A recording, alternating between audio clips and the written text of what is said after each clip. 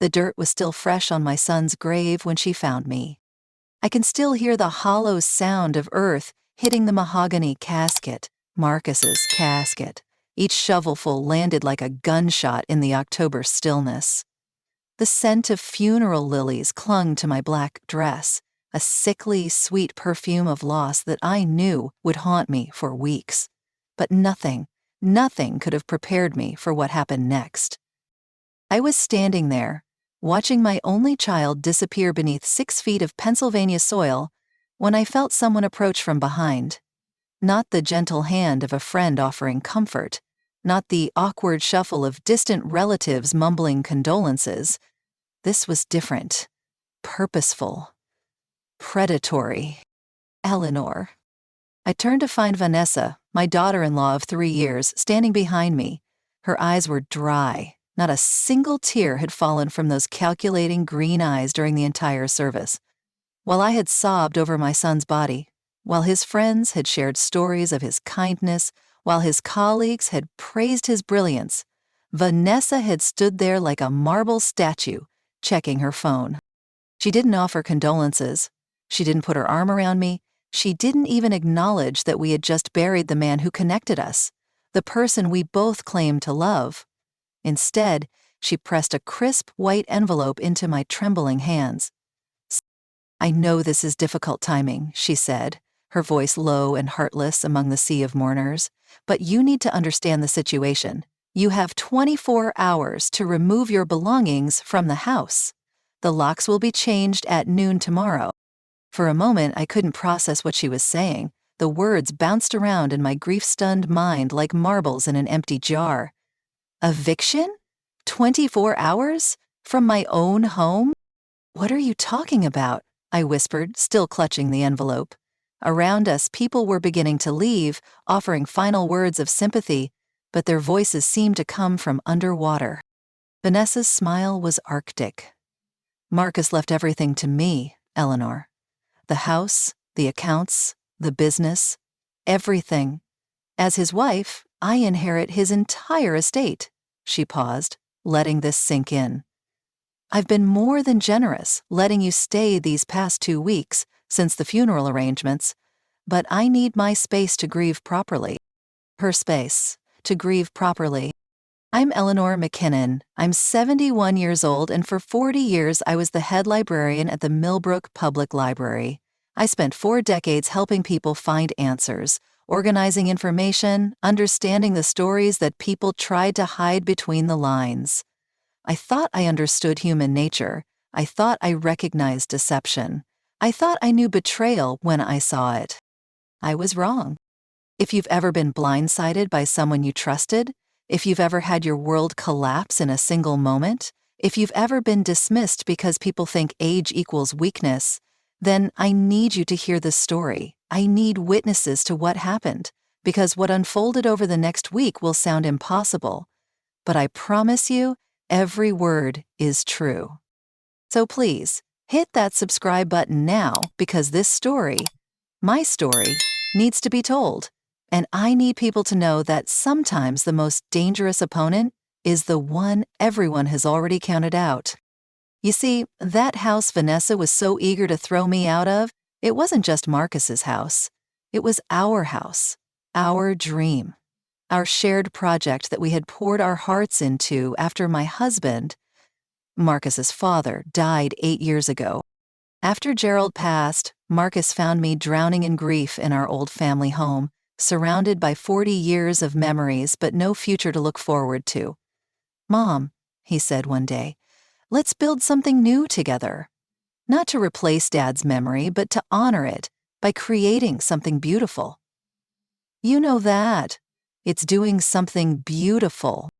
We found that old Victorian fixer-upper on Oak Lane, a grande dame of a house with good bones but decades of neglect. Marcus saw the potential in the structure, the craftsmanship hiding beneath layers of peeling paint and outdated fixtures. I saw the potential in the land, the garden that could bloom with proper care and attention. For 2 years we worked side by side. Marcus handled the plumbing, the electrical work, the careful restoration of original hardwood floors and ornate moldings. I transformed the backyard from an overgrown wilderness into something magical. Rose gardens and herb spirals, vegetable beds, and a small greenhouse where I started seedlings each spring. Every weekend we worked together. Every decision was made together. When we chose paint colors, when we selected fixtures, when we planned the kitchen renovation, everything was we, not I. It was a partnership built on love and shared vision, and the understanding that this house would be our family legacy. Then Vanessa arrived.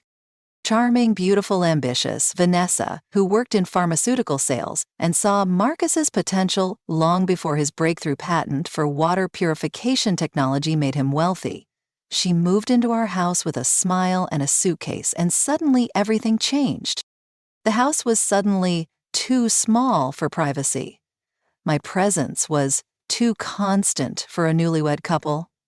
The garden I'd spent 3 years perfecting was taking up too much yard space and should be simplified. The kitchen I'd designed for family gatherings was outdated and needed modern updating. But Marcus assured me everything would be fine. "Mom, this house is big enough for all of us," he would say. "Vanessa just needs time to adjust. This is your home, too." 2 months before he died, Marcus found a lump in his neck. The diagnosis was swift and brutal, a rare, aggressive form of cancer that the doctors said could move fast.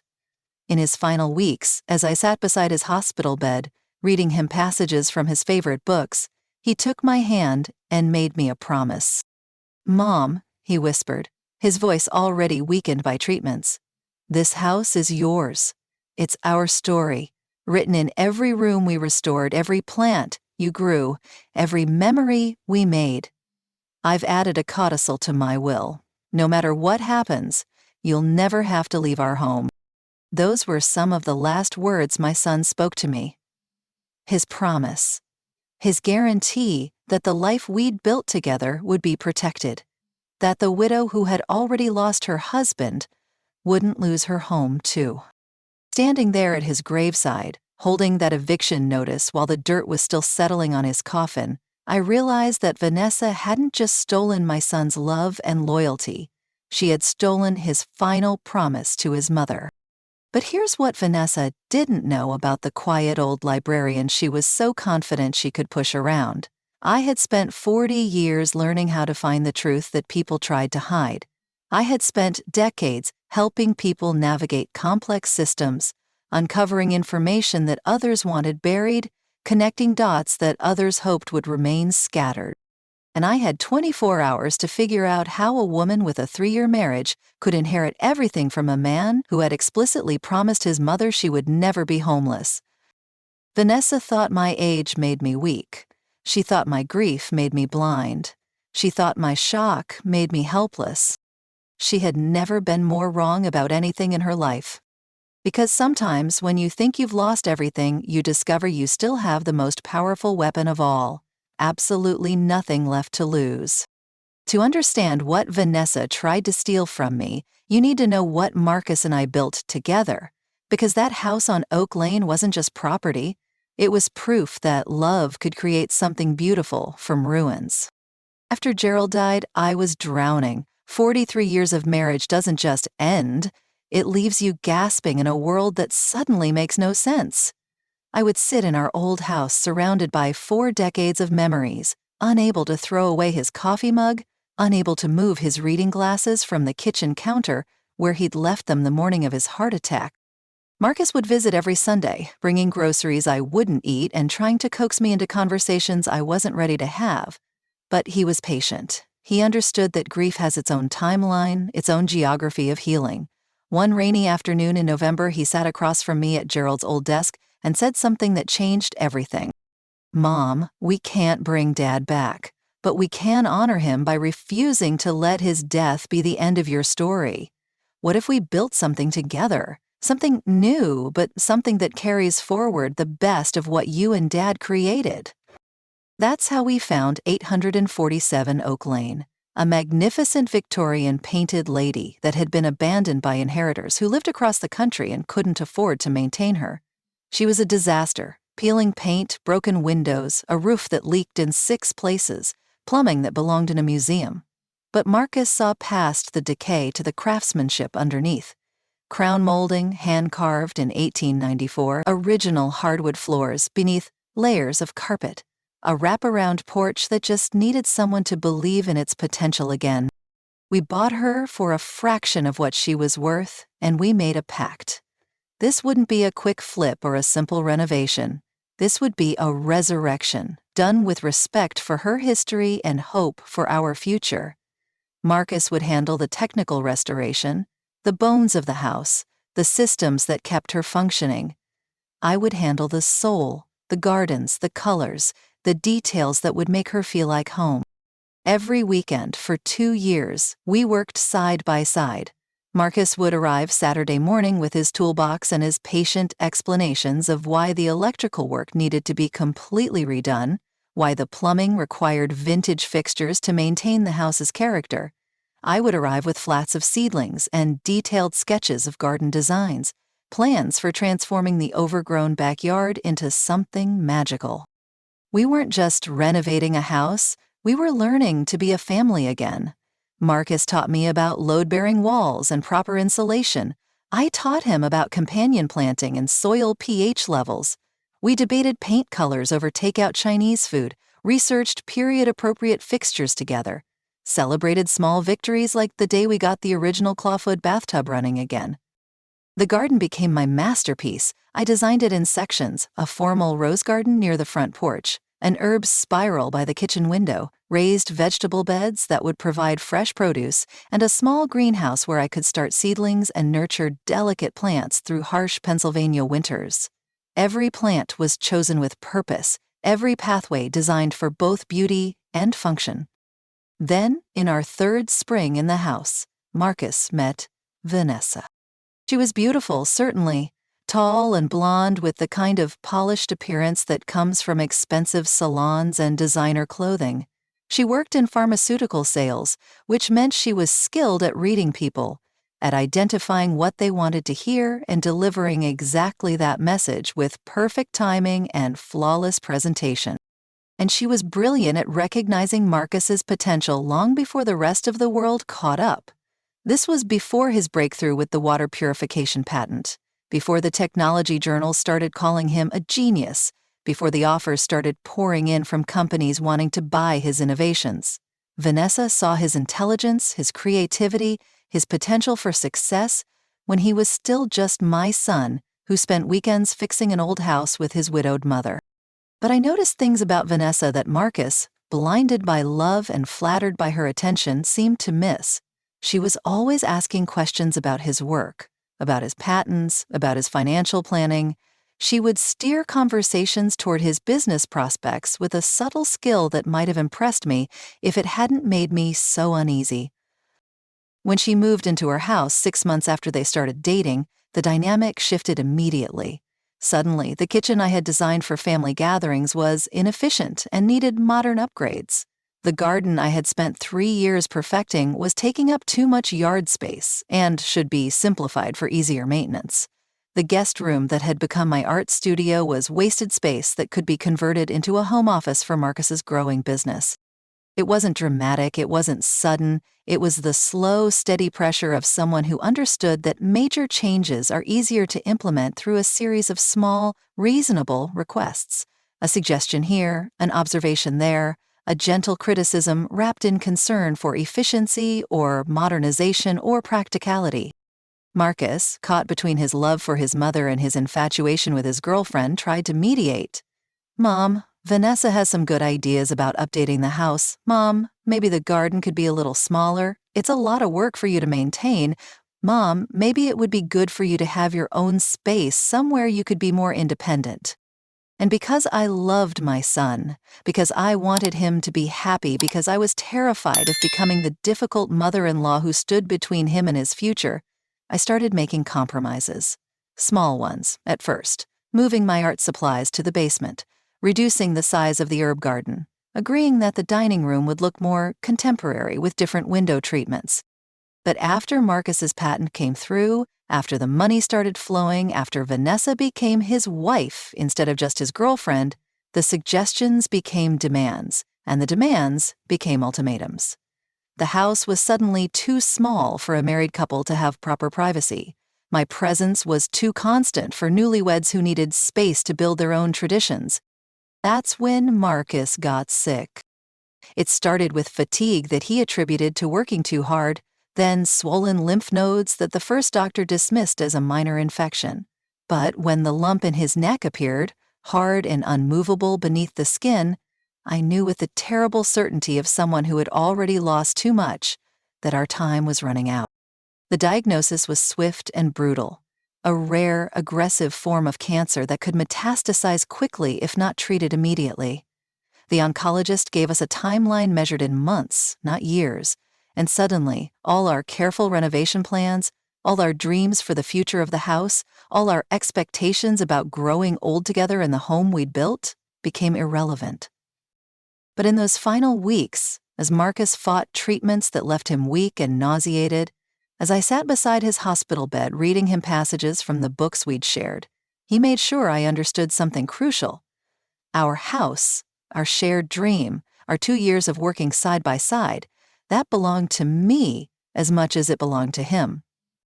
"Mom," he said during one of our last conversations, his voice barely audible above the hum of medical equipment, "I need you to know something important. I've updated my will.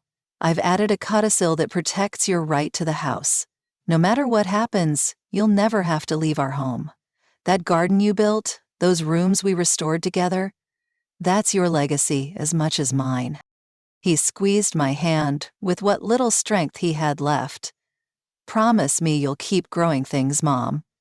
Promise me you'll keep making that house beautiful. It needs you. It was always meant to be yours, too." Those were some of the last coherent words my son spoke to me. Not just a promise, but a recognition of everything we had built together, everything I had contributed, everything that made that house our shared creation rather than just his property. Standing in that cemetery, holding Vanessa's eviction notice, I realized she hadn't just dismissed Marcus's final wishes. She had dismissed 2 years of my labor, 3 years of my life in that house, 40 years of my relationship with my son, and the fundamental truth that love and work and shared dreams create ownership that no legal document should be able to erase. But legal documents, as I was about to discover, can be very revealing when you know how to read them properly. And sometimes when people think they've covered all their bases, they leave trails that a trained researcher, someone who spent 4 decades helping people find information they thought was hidden, can follow right back to the truth. Vanessa thought she had outmaneuvered a grieving old woman. She had no idea she had just declared war on someone who understood exactly how to fight back. Back in the house that Marcus and I had built together, surrounded by his belongings and the ghost of his promises, something extraordinary happened. The paralyzing grief that had consumed me for weeks suddenly crystallized into something much more dangerous: absolute clarity. I stood in our kitchen, my kitchen, still wearing my funeral dress, still holding Vanessa's eviction notice, and I felt the fog of shock lift like morning mist. For the first time since Marcus's diagnosis, my mind wasn't clouded by emotion. It was sharp, focused, operating with the methodical precision that had made me an excellent librarian for 4 decades. This wasn't about grief. This had never been about grief. Vanessa's dry eyes at the funeral, her calculated timing with the eviction notice, her complete lack of emotion while discussing throwing me out of my own home, none of that suggested a woman processing loss. That suggested a woman executing a plan. My hands were shaking, but not from sorrow anymore. They were shaking from adrenaline, from the recognition that I had less than 24 hours to figure out how a 3-year marriage could supersede a lifetime of shared investment, shared labor, and explicit promises about inheritance. The first thing I did was search for Marcus's will. He had always been meticulous about important documents, and I knew he kept legal papers in the fireproof safe in his study. But when I opened that safe, with the combination I'd watched him use dozens of times, my blood turned to ice. The will wasn't there. The deed to the house was missing. His life insurance papers were gone. The documentation of his patents, his business accounts, his investment portfolio, everything that would prove his assets and his intentions had vanished from the place where he had always kept important documents. I tore through that study like a woman possessed. I searched every drawer, every file folder, every possible hiding place where Marcus might have stored legal documents. Nothing. It was as if 3 years of marriage to Vanessa had completely erased any evidence of his previous plans, his promises to me, his explicit intentions about the house we had restored together. That's when I remembered something Marcus had told me months earlier, back when he first got seriously ill. He had been updating his business files, switching everything to digital storage because, as he put it, physical documents can be lost or destroyed, but the cloud is forever. I went to his desk, the antique oak desk that we had refinished together during our second year in the house, and started searching through his books. Marcus was a voracious reader, and he had a habit of using books as hiding places for things he wanted to remember but keep private. In his copy of The Count of Monte Cristo, his favorite novel about justice and revenge, tucked between pages 247 and 248, I found a small yellow sticky note in his careful handwriting. Digital backup. Password. moms_secret_garden_1962. 1962 was the year I was born. The secret garden was what Marcus called the herb spiral I had designed behind the house, a hidden space where I grew medicinal plants and herbs for cooking, tucked away where only someone looking carefully would find it. The password wasn't just random characters, it was Marcus's acknowledgement of me, of my importance in his life, of the things I had created that mattered to him. But I needed help. At 71, I was comfortable with basic computer use, but accessing cloud storage and navigating digital files required skills I didn't possess. I needed someone tech-savvy, someone I could trust, someone who understood that we might be dealing with something much more serious than a simple inheritance dispute. I called my nephew Oliver, my late sister's boy, now 28 and in his final year of law school at Penn State. Oliver had always been special to Marcus and me. When his parents divorced messily during his teenage years, he'd spent summers with us, helping with house projects and learning to appreciate both Marcus's technical skills and my gardening expertise. "Aunt Eleanor?" Oliver's voice was thick with concern when he answered. It was nearly midnight, and he'd obviously been sleeping. "Are you okay? How was the funeral?" "Oliver," I said, surprised by how calm I sounded, "I need your help with something, and I need you to not ask questions until I'm finished explaining. Can you do that?" There was a pause, and then Oliver's voice came back sharper, more alert. "Of course. What do you need?" "I need you to help me access Marcus's cloud storage account. I have his password, but I need someone who understands how to navigate these systems properly. And Oliver, I need you to understand that what we might find could change everything we thought we knew about how Marcus died." Another pause, longer this time, then, "Aunt Eleanor, what exactly are you saying?" "I'm saying that Vanessa handed me an eviction notice at Marcus's graveside. I'm saying that all of Marcus's legal documents have disappeared from his safe. I'm saying that something is very, very wrong here, and we have less than 18 hours to figure out what it is before I'm locked out of my own home." "I'll be there in 2 hours," Oliver said without hesitation. "Don't touch anything else, don't talk to anyone else, and don't let Vanessa know you're investigating anything. If this is what it sounds like, we need to be very, very careful about how we proceed." Those 2 hours felt like an eternity. I sat in Marcus's study, surrounded by the books we had collected together, the awards he had won for his innovations, the photographs of us working on the house renovation. Everything in that room told the story of a man who valued family, who honored promises, who would never have left his mother homeless and vulnerable. But more importantly, I started thinking like the librarian I had been for 4 decades. I started asking the questions that researchers ask when something doesn't add up. What information was missing? What documents would prove intent? What evidence might exist that someone hoped would never be found? When Oliver arrived, he looked like he'd thrown on clothes and driven through the night without stopping. His dark hair was messy, his law school sweatshirt was wrinkled, but his eyes were sharp and focused in a way that reminded me powerfully of Marcus when he was working on a complex problem. "Okay, Aunt Eleanor," he said, settling down at Marcus's computer. "Before we access anything, I need you to tell me everything that's happened since Marcus died. Every conversation with Vanessa, every document you've seen, every detail about how the estate is supposedly being handled." I told him about Vanessa's behavior at the funeral, about the missing documents from the safe, about Marcus's explicit promises regarding the house and my security. I showed him the eviction notice, which was typed on expensive letterhead from a law firm I'd never heard of, demanding my immediate departure from property that was supposedly now solely owned by Marcus's widow. Oliver studied that eviction notice with the careful attention of someone trained in legal documents, and I could see his expression darkening as he read. "Aunt Eleanor, this is weird, really weird. Legitimate inheritance transfers don't happen this fast, and they certainly don't result in immediate evictions of family members who have established residency rights." Then, Oliver accessed Marcus's cloud storage, and everything changed.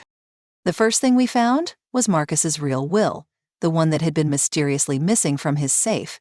And just as Marcus had promised during those final weeks in the hospital, there was indeed a codicil protecting my rights to the house. Not just the right to live there, but actual ownership interest reflecting my financial contributions and labor investment in the renovation. "Aunt Eleanor," Oliver said quietly, staring at the screen, "according to this will, you don't just have the right to stay in the house. You own 40% of it outright. Vanessa can't evict you from property you legally own." But that was just the beginning.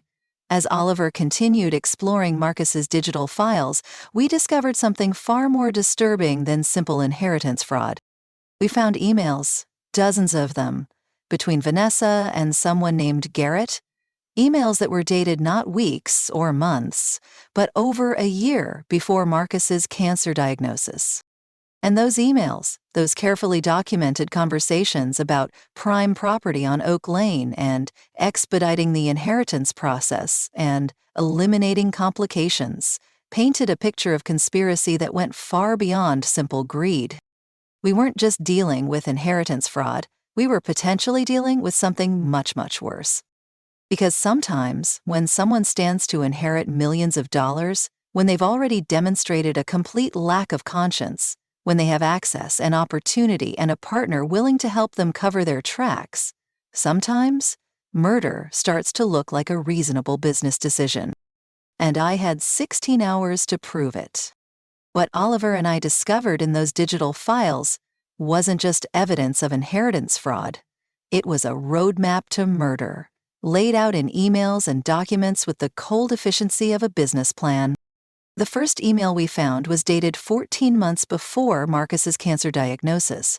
14 months. From Vanessa's personal account to someone identified only as G.Morrison at devcorp.net, later confirmed to be Garrett Morrison, a commercial real estate developer with offices in Philadelphia. FPA notification. "The property is everything you described," Vanessa had written. "Prime location, significant recent improvements, easily worth $2.5 million in the current market. The owner is brilliant but naive about business. The mother is the only complication. She has some kind of sentimental attachment and seems to think she has permanent rights to stay." Barrett's reply was immediate and chilling. "Sentiment is expensive. How attached is he to keeping her around? Some families find that institutional care becomes necessary as people age. Memory issues, safety concerns, these things can develop quickly when properly encouraged." Oliver and I stared at that screen in Marcus's study, and I felt something cold crawl up my spine. This wasn't theoretical discussion about someday inheriting property. This was strategic planning about removing obstacles to a specific financial goal. We kept reading. Email after email stretching over months, detailing a relationship that had nothing to do with love and everything to do with calculated exploitation. Vanessa had identified Marcus as a target the moment his first patents began generating serious income. She had researched his family situation, his property ownership, his emotional vulnerabilities following his father's death. "The son is genuinely devoted to the mother," she had written to Garrett 6 months into their relationship. "She's his weakness. He'll never sell the house or relocate as long as she's dependent on him for housing and emotional support. We need to either work around her or find a way to eliminate her influence." Garrett's advice was methodical and terrifying. Long-term thinking here. Make yourself indispensable to him first. Marriage provides legal standing. Once you have spousal rights, the mother becomes a guest rather than an owner. Guests can be asked to leave. But it was the later emails that revealed the true scope of their planning. As Marcus's business success grew, as his patents generated more revenue, as the house's property value continued to rise, Vanessa and Garrett's correspondence became more detailed, more specific, and infinitely more sinister. Oliver, with his law school training and natural skepticism, suggested we research Garrett Morrison more thoroughly. What we discovered made the emails we'd already found look like gentle suggestions. DevCorps, Garrett's development company, had a pattern. Over the past 5 years, they had acquired 17 prime properties in the Philadelphia metropolitan area, properties owned by elderly individuals who had died unexpectedly, leaving behind younger spouses or relatives who were eager to sell quickly and relocate. But the really disturbing pattern emerged when Oliver cross-referenced the medical records that were part of public probate files. 7 of those 17 property owners had died of the same rare, aggressive form of cancer that had killed Marcus. 7 people, all previously healthy, all diagnosed within months of meeting someone connected to DevCorp, all dead within 6 to 8 months of diagnosis. The statistical probability of that being coincidental was essentially 0. That's when Oliver suggested we research the specific type of cancer that had killed Marcus. What we found made everything click into place with horrible clarity. The form of cancer that had killed my son, non-Hodgkin's lymphoma with rapid metastasis, can be triggered by exposure to certain environmental toxins, specifically prolonged contact with industrial chemicals used in construction and renovation projects, chemicals like trichloroethylene, benzene, and formaldehyde in concentrated doses. I remembered Vanessa's sudden interest in updating our house, her insistence that the basement needed waterproofing treatments, her recommendation of a specific contractor who specialized in environmental improvements, her suggestion that Marcus should personally oversee the work, since it was technical and she didn't want him to be taken advantage of by unscrupulous workers. Oliver pulled up the business registration for the contractor Vanessa had recommended. The owner was listed as G. Morrison, Garrett Morrison, the same man who had been planning to acquire our property for over a year. The timeline was perfect. Marcus had been exposed to cancer-causing chemicals during the basement improvements that Vanessa had insisted were necessary. The exposure had been carefully calculated to appear accidental. A small leak in a storage container, improper ventilation during application, just enough concentrated toxin to trigger aggressive cellular changes in someone working directly with the materials. My son hadn't died of natural causes. He had been murdered. Slowly, methodically, scientifically murdered by his wife and her business partner, using his own love for our house as the weapon to kill him. But the emails revealed something even more chilling. This wasn't their first time. Vanessa and Garrett had refined this approach over years, targeting property owners in specific demographics. Older men with valuable real estate, limited family connections, and young wives or girlfriends who could inherit quickly and sell without sentimental attachments.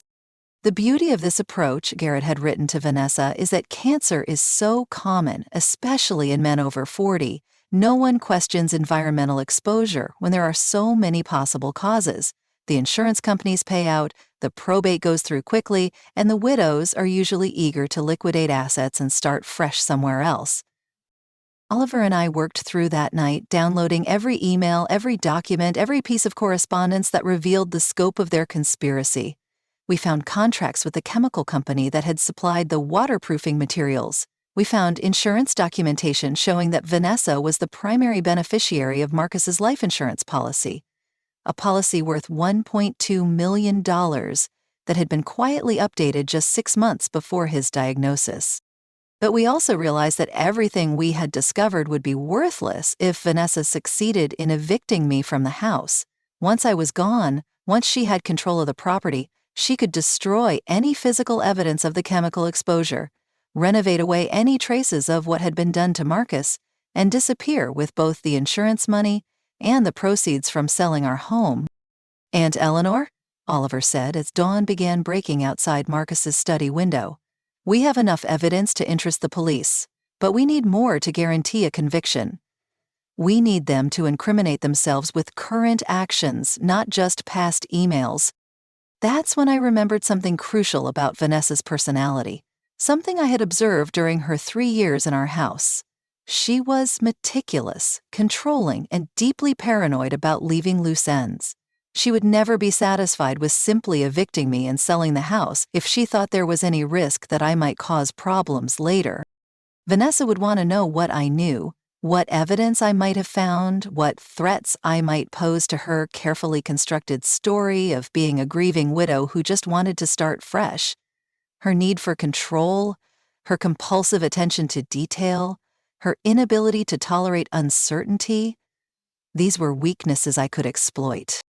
"Oliver," I said, looking at my nephew across Marcus's desk, as the morning light revealed a room full of evidence of murder, "I think it's time we gave Vanessa exactly what she's expecting, a confused, frightened old woman who's desperate to negotiate."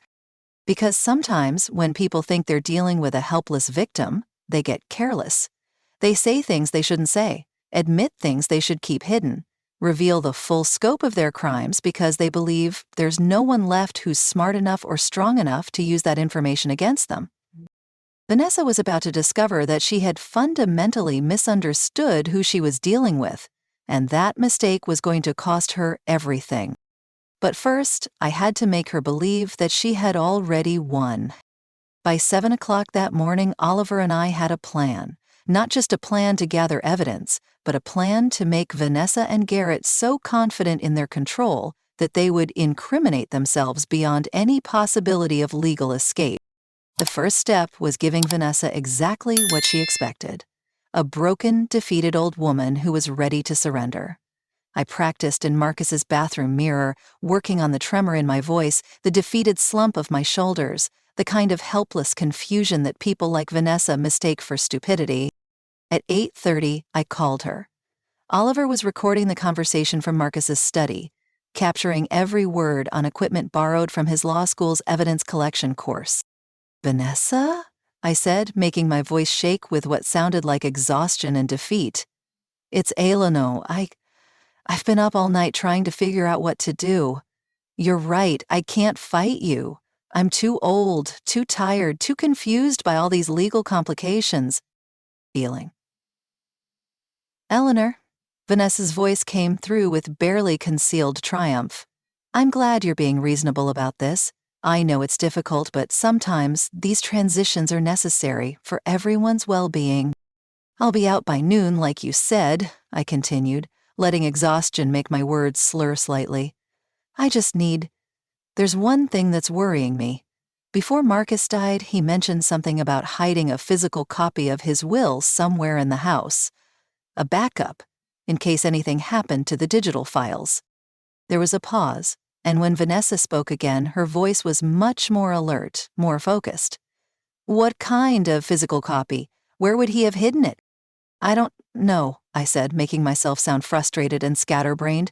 He was so sick toward the end, saying things that didn't always make sense. Something about insurance and making sure Mom is protected. He might have been talking about life insurance, but if there's another will somewhere, one that says different things about the house, this could get very complicated legally. "Eleanor," Vanessa said, and I could hear the wheels turning in her head. "I think it would be best if I came over this morning to help you look for any documents Marcus might have left. We want to make sure everything is handled properly, don't we?" Perfect. Exactly what we had hoped for. Vanessa's need for control, her compulsive attention to eliminating loose ends, her paranoia about hidden evidence. All of it was driving her to do exactly what we needed her to do. While I was performing my surrender on the phone, Oliver was installing the surveillance equipment we had acquired during our early morning trip to an electronics store that specialized in security systems. Hidden cameras disguised as smoke detectors, audio recording devices that looked like electrical outlet adapters, motion-activated recording systems that could capture everything that happened in the house, whether we were there or not. We had learned from 40 years of library administration that the most important conversations always happen when people think no one is listening.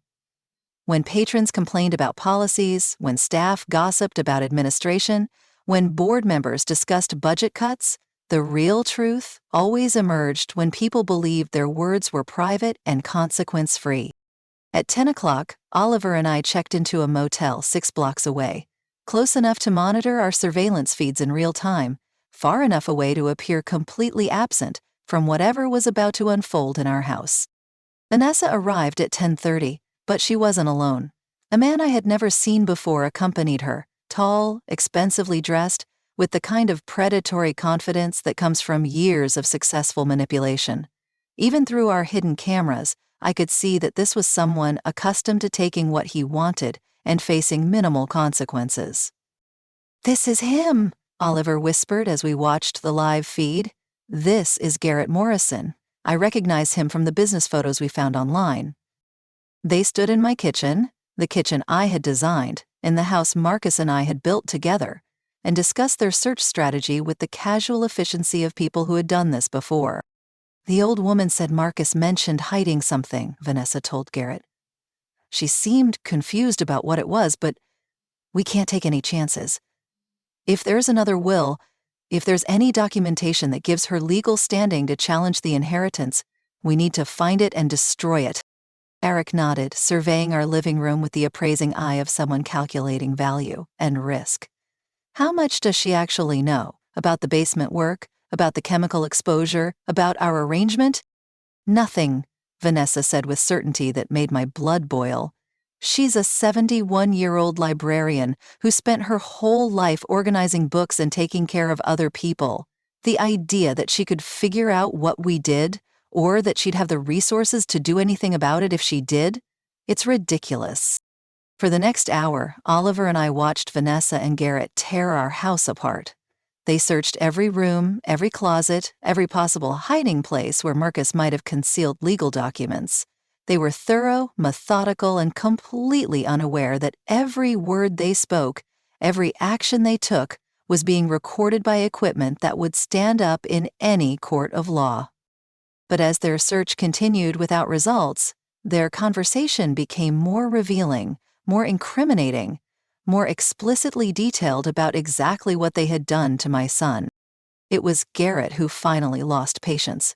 Standing in Marcus's study, surrounded by the remnants of our desperate search through his belongings, he turned to Vanessa with visible frustration. "This is pointless," he snapped. "There is no other will. The old woman is just confused and grasping at straws because she doesn't want to accept that she's lost everything. We've been over this house twice now, and there's nothing here that can hurt us." "But what if she remembers something else?" Vanessa demanded. "What if she starts asking questions about the basement work, about why Marcus got sick so suddenly after the chemical treatment?" That's when Garrett said the words that sealed their fate. "Vanessa, we've done this 17 times. 17 times we've identified targets, arranged exposure, collected insurance, and liquidated assets. Not once has anyone figured out what we were doing. Not the families, not the doctors, not the insurance investigators, not the police." He moved closer to Vanessa, his voice dropping to what he thought was a confidential whisper but was actually the perfect volume for our recording equipment. "Marcus wasn't the first husband you've buried, and if you're smart about how you handle the next one, he won't be the last. But you have to stop being paranoid about loose ends that don't exist. I told you we should have handled the mother differently from the beginning," Vanessa replied coldly. "Making it look like a stroke or a heart attack would have been cleaner than this eviction drama, but you said natural causes would be more believable than 2 deaths in one family." 2 deaths would have triggered insurance investigations, Garrett explained patiently, but 1 death from environmental cancer and 1 elderly woman who moves to Florida to live with distant relatives, that's just normal family transition after tragedy. Except she doesn't have distant relatives in Florida, Vanessa pointed out. So what exactly did you think would happen to her after we took the house? Garrett shrugged. Elderly people have accidents. Memory care facilities have waiting lists. Sometimes confused old women just disappear into systems that aren't particularly interested in keeping track of them. Oliver and I sat in that motel room, watching these monsters discuss my murder with the same casual efficiency they had used to plan my son's death, and I felt something cold and implacable settle in my chest. They had killed Marcus. They had killed 16 other people. They were planning to kill me, and they were doing all of this with the absolute confidence that their victims' families were too stupid, too powerless, or too trusting to fight back effectively. But they had made one crucial miscalculation. They had confused kindness with weakness, age with helplessness, grief with stupidity, and that mistake was about to destroy them. Because we now had everything we needed: recorded confessions to multiple murders, detailed descriptions of their methods, explicit admissions of premeditation, and clear evidence of ongoing conspiracy to commit fraud and additional homicides. It was time to introduce Vanessa and Garrett to the concept of consequence, and I was going to enjoy every moment of watching their world collapse. At 2 o'clock that afternoon, Oliver and I walked into the Millbrook Police Department carrying a USB drive that contained 47 minutes of recorded confessions to serial murder, insurance fraud, and conspiracy to commit additional homicides. Detective Sarah Chen was assigned to our case, a woman in her early 40s who specialized in financial crimes and had seen enough elder abuse cases to recognize the patterns we were describing. When we explained that we had evidence of multiple murders disguised as natural deaths, evidence of ongoing conspiracy to commit additional crimes, and real-time surveillance of the perpetrators actively planning future felonies, she didn't dismiss us as paranoid elderly relatives. "Mrs. McKinnon," Detective Chen said after reviewing the first 10 minutes of our recordings, "what you've brought me is extraordinary. If this evidence is authentic and preliminary analysis suggests it is, you've documented one of the most sophisticated serial killing operations we've encountered." Within an hour, Detective Chen had assembled a task force that included homicide investigators, financial crimes specialists, and forensic experts who could analyze the chemical evidence we had uncovered. The USB drive with Vanessa and Garrett's confessions was immediately sent to the state crime lab for voice analysis and authentication. But Detective Chen was smart enough to understand that we had a narrow window of opportunity. Vanessa and Garrett were still at our house, still searching for evidence they believed might exist, still unaware that they had been recorded confessing to decades of carefully planned murders. "We need to move quickly," Detective Chen explained. "If they realize they've been recorded, if they understand that their conversations have been captured, they'll destroy evidence and disappear. We have one chance to catch them with physical proof of their crimes." The plan was elegantly simple. Police units would surround our house while Vanessa and Garrett were still inside. A news crew, tipped off by an anonymous call that Oliver placed from a payphone, would be positioned across the street to document the arrests, and I would be there, visible and undeniable, to watch the people who had murdered my son face the consequences of their actions. At 4:30, we drove back toward Oak Lane in an unmarked police car, Detective Chen riding with us to coordinate the timing of the operation. As we turned onto my street, I could see our house in the distance. The Victorian lady that Marcus and I had restored with love and labor, now about to become the scene of justice finally served. But what we saw when we arrived made my blood run cold. Vanessa and Garrett weren't just searching anymore. They were loading my belongings, Marcus's belongings, into a large moving truck parked in our driveway. They weren't just destroying evidence. They were stealing everything of value from the house, preparing to liquidate Marcus's entire life, erasing every trace of our shared history and his explicit promises about my future security. "That changes everything," Detective Chen said grimly. They're not just confessing to past crimes, they're actively committing new ones right now. Grand theft, violation of a state law, destruction of evidence. We move now. The police units converged on our house with coordinated precision. 3 patrol cars blocked the driveway, preventing any escape. Detective Chen and 2 uniformed officers approached the front door, while additional units positioned themselves around the house to prevent anyone from fleeing through the back garden I had spent years perfecting. I watched from across the street as Vanessa emerged from my house carrying a box of Marcus's awards and patents, intellectual property worth hundreds of thousands of dollars that she had no legal right to possess. The expression on her face when she saw the police cars was everything I had hoped it would be: shock, fear, and the dawning realization that her careful plans had been completely destroyed. Garrett appeared in the doorway behind her, took one look at the police presence, and made the mistake of trying to run. He dropped the box of financial documents he'd been carrying and bolted toward the back of the house, apparently forgetting that anyone smart enough to call the police would be smart enough to have the exits covered. He made it approximately 30 yards through my herb garden, trampling the rosemary and sage I had planted 3 years earlier, before 2 officers tackled him next to the greenhouse where I had started seedlings every spring. There was something poetic about watching him taken into custody, surrounded by the evidence of life and growth he had tried so hard to destroy.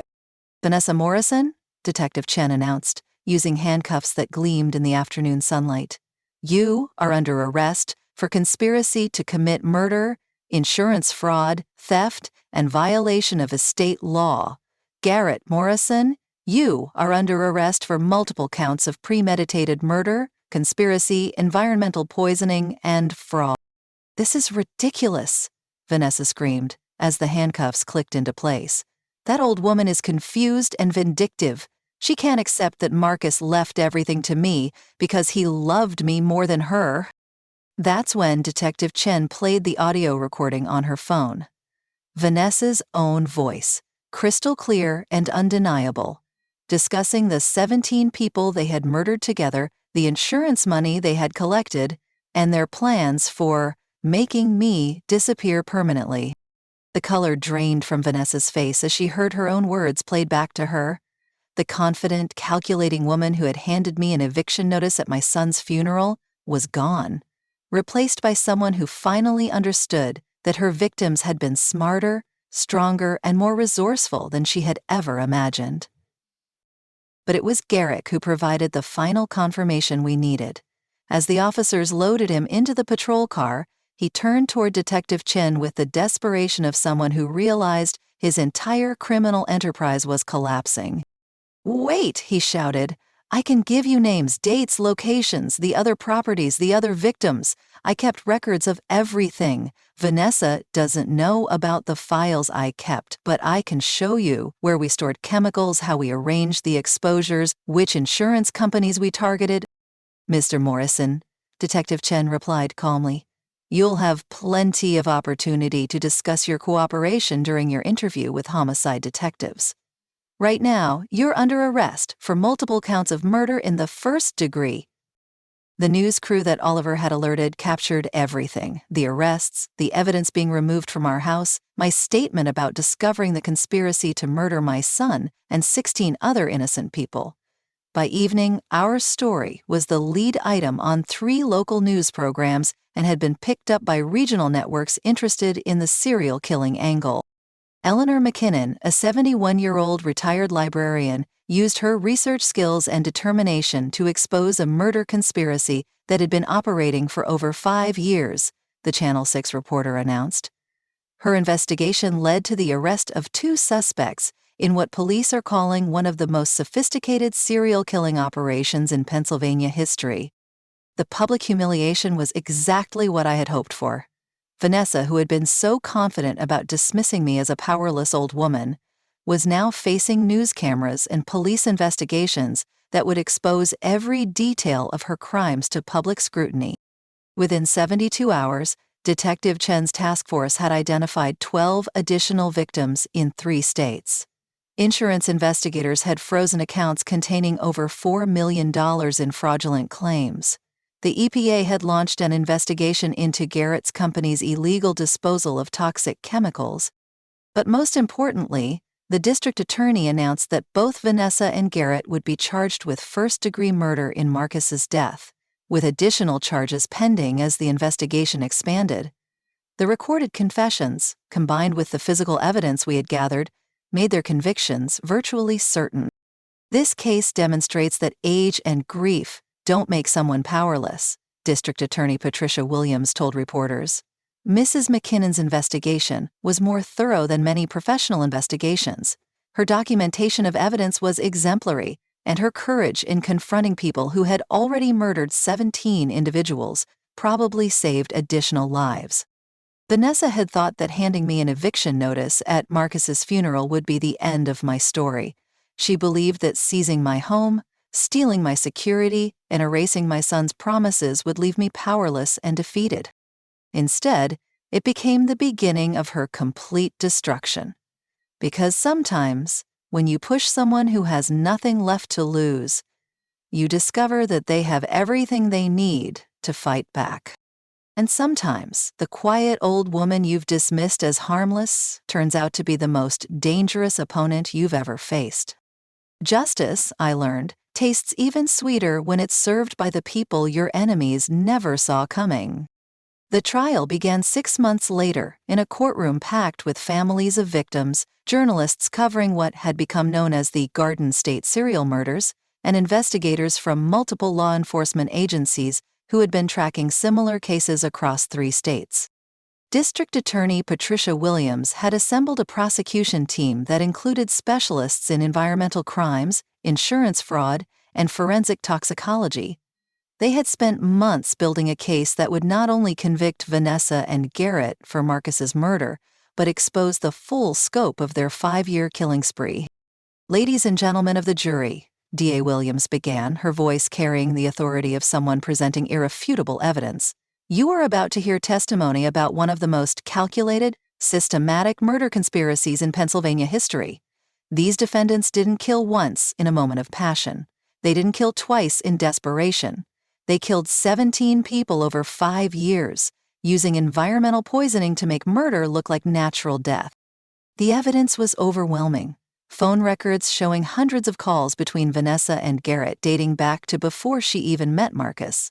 Financial records revealing that Garrett's company had been the contractor for environmental improvements at 16 other properties where the owners subsequently died of the same rare cancer. Insurance claims totaling over $6 million, all processed without investigation because the deaths appeared to be from natural causes. When I was called to testify, I walked to that witness stand carrying a folder containing every email, every recorded conversation, every piece of evidence that Oliver and I had gathered during our investigation. But more than that, I carried the weight of Marcus's memory and the responsibility to speak for 17 people who could no longer speak for themselves. "Mrs. McKinnon," the prosecutor asked, "can you describe your son's health in the months before he began working with the defendant's recommended contractor?" Marcus was 34 years old, physically active, with no history of cancer in our family, I testified. He had regular medical checkups for life insurance purposes because of his business success. Every test showed perfect health. Blood work, chest x-rays, complete physical examinations. His doctor had told him he had the cardiovascular health of someone 10 years younger. And after the basement work was completed, the prosecutor continued, within 6 weeks, Marcus was complaining of fatigue that rest couldn't cure. Within 3 months, he had swollen lymph nodes and persistent respiratory problems. The cancer diagnosis came 4 months after Garrett Morrison's company finished the environmental improvements that Vanessa had insisted were necessary. The defense tried to paint me as a bitter mother-in-law who couldn't accept her son's marriage, a paranoid old woman who had constructed an elaborate conspiracy theory because I couldn't face the reality of natural death. Vanessa's attorney, an expensive suit from Philadelphia, suggested that grief had made me delusional. "Mrs. McKinnon," he asked condescendingly, "isn't it true that you resented your daughter-in-law from the moment she moved into your house? That you saw her as competition for your son's affection?" "Sir," I replied, looking directly at the jury, Resentment doesn't create email evidence.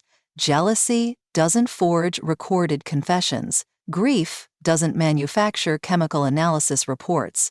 What I discovered wasn't a theory. It was documentation of systematic murder. But it was the forensic testimony that truly sealed their fate. Dr. Patricia Reeves, a toxicology expert from the State Crime Lab, explained to the jury exactly how Marcus had been killed.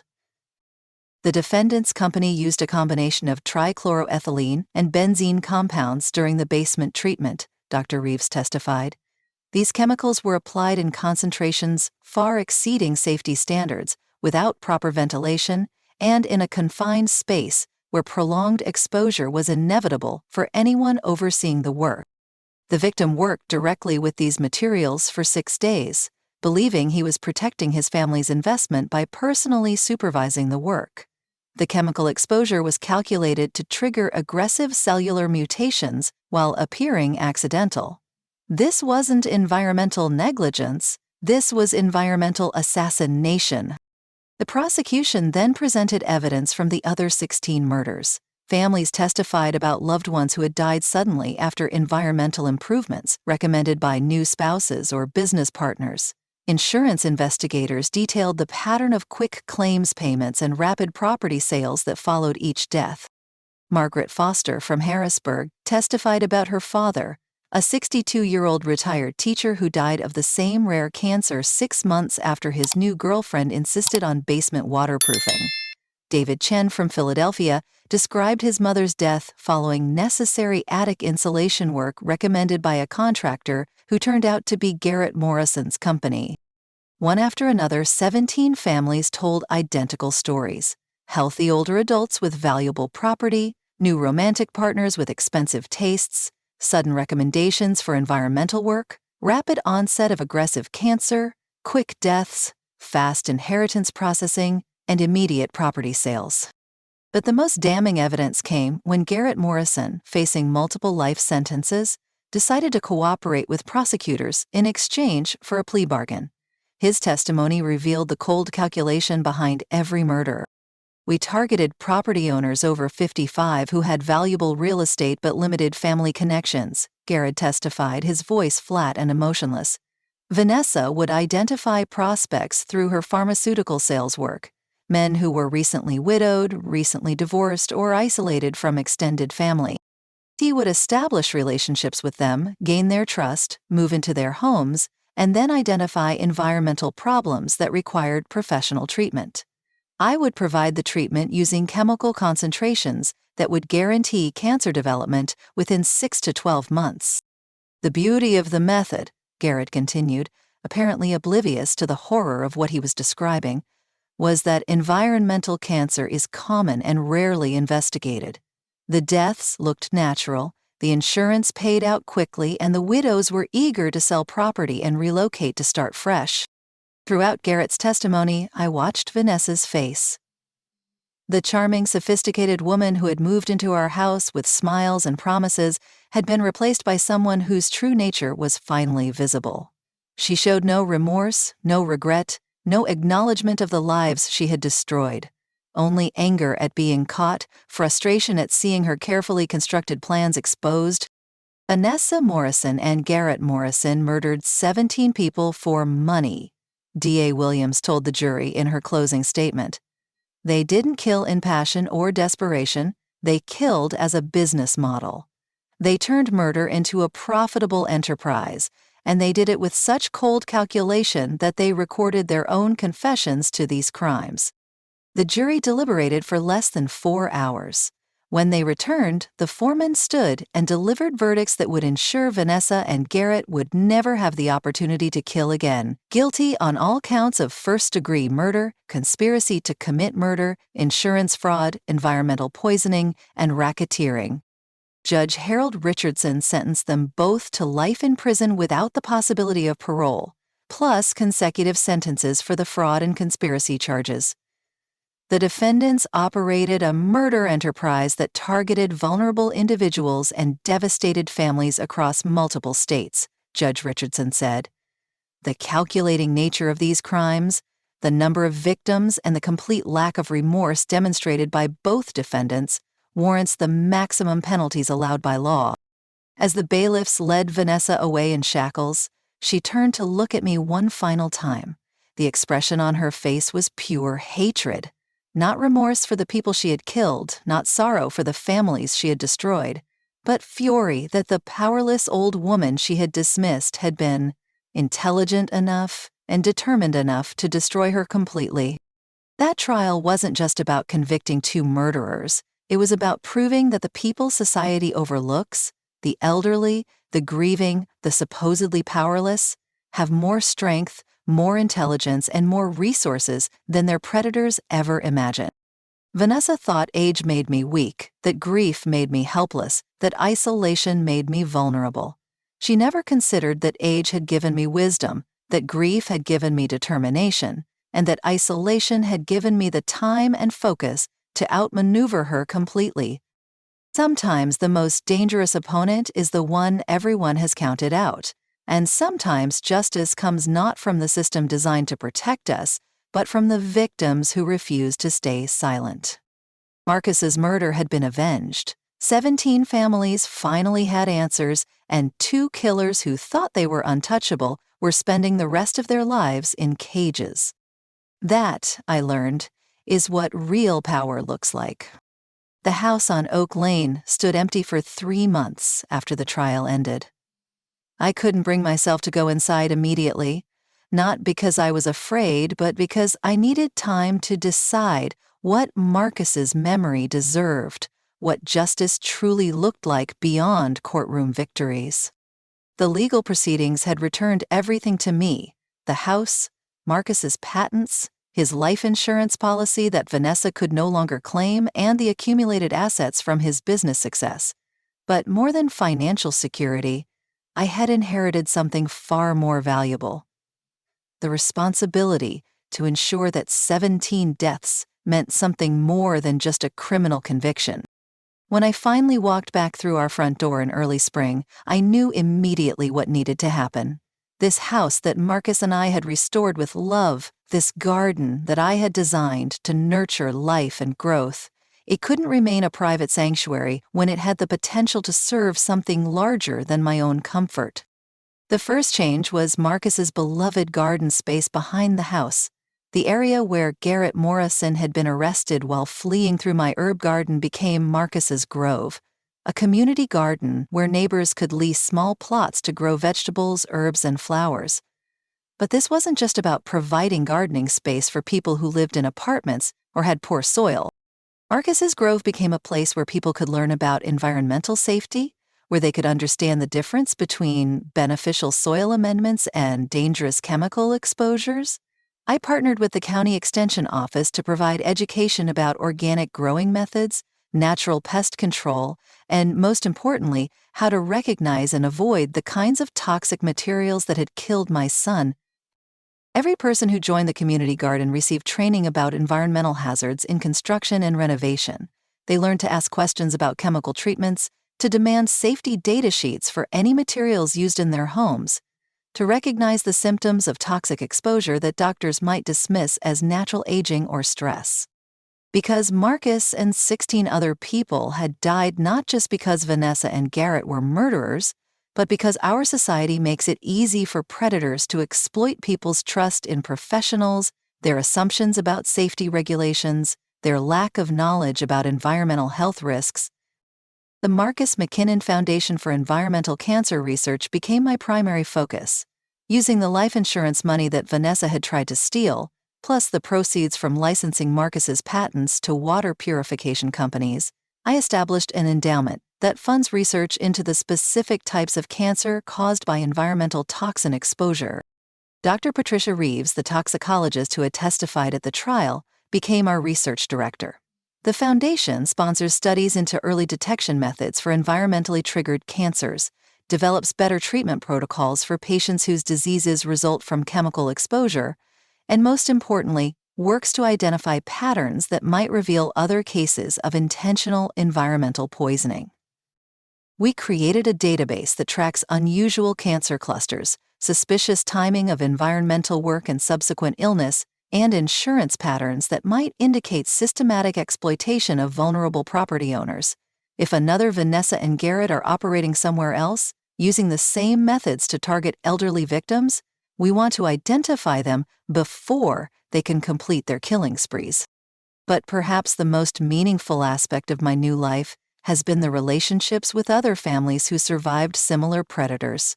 The Fosters, the Chens, the Andersons, all the families who testified at the trial.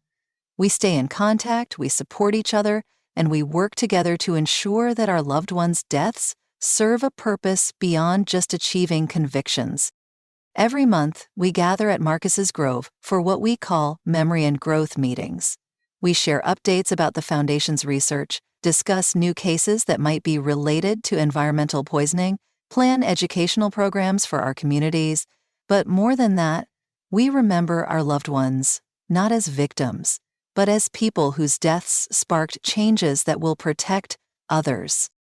The house itself has been transformed from a private residence into something approaching a community center. The large kitchen where I used to cook meals for just Marcus and me now hosts cooking classes where people learn to prepare healthy, chemical-free meals. The living room where we used to watch television together now hosts support groups for families dealing with environmental illness. Marcus's study, where Oliver and I spent that crucial night uncovering evidence of the conspiracy, has become a resource center stocked with information about environmental health, elder rights, and legal advocacy. People who suspect they're being exploited by family members, caregivers, or contractors can access resources that might help them protect themselves before they become victims. Oliver, who played such a crucial role in helping me gather evidence and coordinate with police, finished law school and now specializes in elder law and environmental justice. He works pro bono with the Foundation to represent people who suspect they're being targeted by schemes similar to what Vanessa and Garrett operated. Detective Sarah Chen, who took our evidence seriously when other officers might have dismissed us as paranoid relatives, now runs a task force that investigates suspicious death patterns in inheritance cases. She speaks at our educational programs, teaching people how to recognize the warning signs of systematic exploitation and how to document evidence properly if they suspect crimes are being committed. There are moments, especially in the evening when I'm working in Marcus's Grove, when I feel his presence in the things that are growing, the knowledge being shared, the relationships being built in the space we created together. This isn't the life we planned when we bought that old Victorian house and began restoring it room by room, but it's a life that honors everything he valued: learning, growth, protecting people who need advocacy. Vanessa tried to erase me from Marcus's story, to reduce me to an inconvenient obstacle that needed to be eliminated. Instead, her crimes forced me to discover strengths I didn't know I possessed, resources I had never needed to use, and a capacity for strategic thinking that exceeded anything I had applied during 40 years of library administration. People often ask me if I feel guilty about the satisfaction I get from Vanessa and Garrett's convictions, if a good person should focus more on forgiveness than justice. But I've learned that there's nothing virtuous about allowing predators to continue destroying lives, nothing noble about protecting people's feelings when they have demonstrated complete disregard for other people's right to exist. Justice isn't vengeance. Justice is ensuring that consequences match actions, that people who choose to harm others face appropriate penalties, that society's most vulnerable members are protected from systematic exploitation. If you've enjoyed this story about refusing to accept the unacceptable, about fighting back when people assume you're too old or too powerless to resist, about discovering that your greatest strength might emerge in your darkest moment, then please subscribe to this channel and share this story with someone who needs to know that age is not weakness, that grief is not helplessness, that being underestimated can be the most powerful advantage of all. They thought my story ended when they handed me that eviction notice at my son's funeral. They believed that 71 years old meant I was finished fighting, finished growing, finished mattering in the world. Instead, it was just the beginning of learning that the people who count you out are usually the ones who have the most to fear from your potential. the beginning of understanding that every ending can become a new beginning if you're brave enough to write the next chapter yourself. Your story isn't over either. Your power isn't gone. It's just waiting for the moment when you decide you're worth fighting for. And when that moment comes, when you finally understand that no one gets to decide your value except you, that's when you become truly dangerous to anyone who has been counting on your silence. The garden is blooming, the research is saving lives, the foundation is protecting people who might otherwise become victims. And somewhere in a prison cell, two murderers are learning that the quiet old woman they dismissed as powerless turned out to be the most formidable opponent they ever encountered.